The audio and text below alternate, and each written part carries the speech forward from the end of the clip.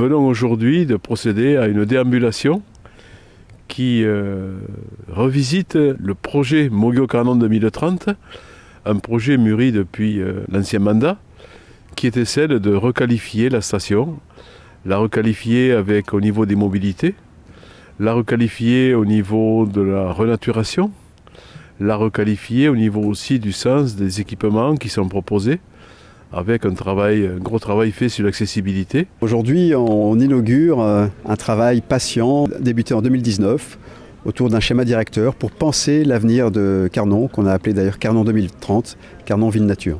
Ce projet avait pour ambition de redonner de la place à tous, aux piétons, aux vélos, redonner une place plus juste à la voiture en repensant le schéma de circulation, en redonnant des espaces publics de qualité, plantés, arborés, avec des sols fertiles, avec une attention forte à la biodiversité.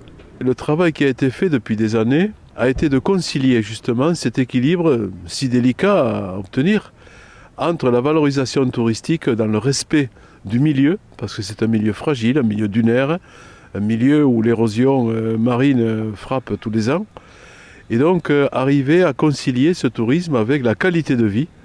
Et cette qualité de vie, c'est savoir également accueillir des jauges à 25-30 000 personnes l'été, ce qui nous a amené à proposer un très grand parking à l'entrée de ville, ensuite à dissocier les flux, c'est-à-dire diminuer l'emprise de la voiture, proposer des alternatives avec les modes de cheminement doux. On a désimperméabilisé près de 2 hectares.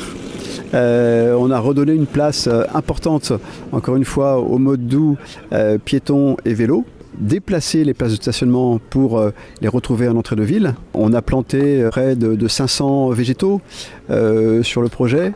Et puis on a travaillé également sur la lumière, l'éclairage pour que cette ville-là, en 4 saisons, toute l'année, elle soit aussi agréable à vivre. Nous avons travaillé sur le réaménagement de cet espace ici dunaire, un espace mixte.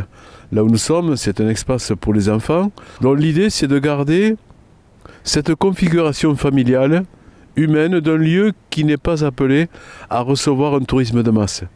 Et donc, améliorer le quotidien est la première ambition de ce Carnon 2030. Et j'espère qu'aujourd'hui, le résultat me paraît parlant. Alors la ville de Carnon est très attentive à ce que l'ensemble des espaces soient accessibles à tous, à toutes les générations. Et en particulier aussi à tous les types de handicaps. D'où un travail très fin qui a été mené sur le jardin des Robinson avec du mobilier vraiment adapté pour tous les types de handicaps. Nous avons l'intention d'offrir à des enfants porteurs de handicap cette possibilité d'être comme les autres enfants. Et l'enfance, c'est quelque chose, c'est le monde du merveilleux. L'enfance ne doit pas être le monde des privations.